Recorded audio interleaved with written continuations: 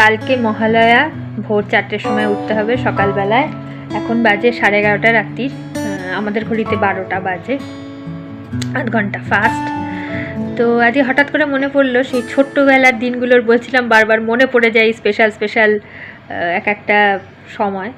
তো সেই ছোটোবেলার আর একটা ঘটনা মনে পড়ে গেল, সেটাও একটু আপনাদের সাথে শেয়ার করে নিই। ছোটোবেলা মহালয়ার দিন আমরা ঠাকুমা ঠাকুরদাদার বাড়িতে চলে যেতাম। আমি, আমার বোন, আমার পিস্তত ভাই বোনেরা সবাই মিলে ঠাকুমা ঠাকুরদাদা যে বাড়িতে থাকতেন সেই বাড়িতে চলে যেতাম। আর ভোরবেলা সেই মনে আছে সারা সন্ধে ধরে বসে বসে ঠাকুরদাদা টিউনিং করতো। একটা রেডিও ছিল সেই পুরনো, সেইটাকে টিউনিং করে করে করে করে তারপরে সেই ভোরবেলা 4টে বাজতে না বাজতে অন্ধকার একটা ডিম লাইট জ্বলতো ঘরের মধ্যে, সেটাও মানে অরেঞ্জ কালারের একটা ডিম লাইট জ্বলতো ঠাকুমার ঘরে। আমরা শুতাম ঠাকুমাকে জড়িয়ে, চারিদিকে সব নাতি নাতনিরা, ছোট তখন অনেক ছোট।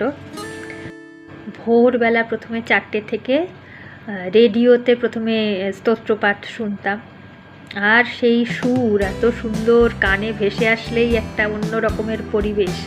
ঠাম্মা আবার মাঝখানে উঠে চা বানিয়ে নিয়ে আসতো ঠাম্মা দাদার জন্য, সেই চা খেতে খেতে দুজনে শুনতো। আর আমরা তো ছোট ছিলাম, অত বুঝতাম না আর কি। তো ওই শুয়ে শুয়ে যেটুকু শুনতে ভালোই লাগতো। আর তারপরে আমরা ছোট ছিলাম তো একটু নাচ গান ওইগুলোই বেশি তখন পছন্দ, ছোট্ট মানুষ। তো সেই 5টা থেকে যখন সেই ব্ল্যাক অ্যান্ড হোয়াইটে যেটা ডিডি বাংলাতে দিত, তো ওটাই আমাদের ছোট মানুষদের বেশি ভালো লাগতো। কিন্তু এখন মনে হয় এখন যেন রেডিওর ওটাই বেশি ভালো লাগে টিভির থেকে, টিভিটা দেখতে যত না ভালো লাগে। কিন্তু ওই সেই ব্ল্যাক অ্যান্ড হোয়াইটে মহিষাসুর মর্দিনী আর এই রেডিওর সবাই মিলে একসাথে বসে মহালয়া শোনা, সেটা যেন আর বোধহয় ফিরে আসবে না। তো যাই হোক, আপনাদের ছোটোবেলা কেমনভাবে কাটিয়েছিলেন আর কি, মহালয়ার দিনগুলো আমাকে অবশ্যই লিখে পাঠাবেন। আজকের মতো টাটা।